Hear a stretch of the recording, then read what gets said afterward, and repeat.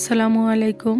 Hello everyone, Halima blog থেকে আমি হালিমা আপনাদেরকে নতুন ভিডিওতে ওয়েলকাম জানাচ্ছি। যে যেখান থেকে আমার ভিডিওটি দেখছেন আশা করি আপনারা সুস্থ আছেন এবং ভালো আছেন। আলহামদুলিল্লাহ আমরাও ভালো আছি। আমি সকালবেলা উঠে সব কাজ সেরে আমার ছেলেকে বার্থডে উইশ করেছি, কারণ ওর জন্মদিন ছিল আজকে।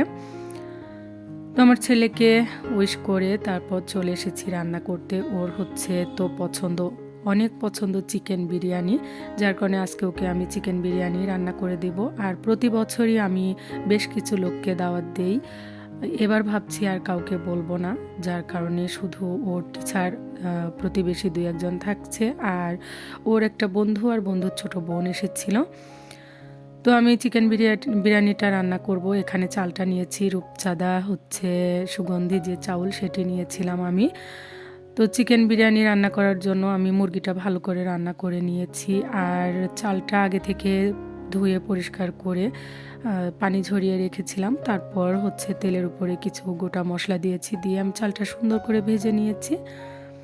ভেজে নিয়ে তো আমি পানি দিয়ে দিয়েছি পরিমাণ মতো, দিয়ে আমার ভাতটা যখন ফুটে উঠেছে তখন আমি মাংসগুলো দিয়ে দিয়েছি, দিয়ে সুন্দর করে নেড়ে তারপর কিছুক্ষণ ঢেকে রেখেছিলাম।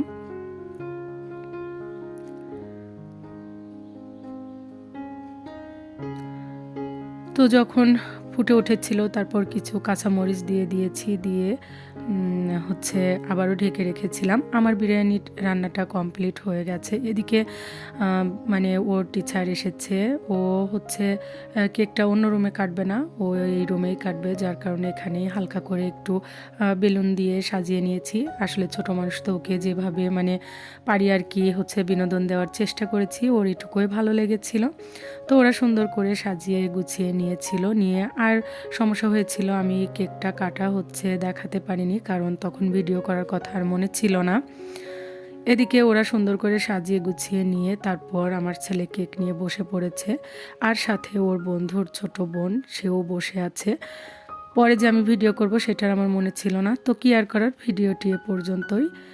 সবাই সুস্থ থাকবেন, ভালো থাকবেন। আল্লাহ হাফেজ।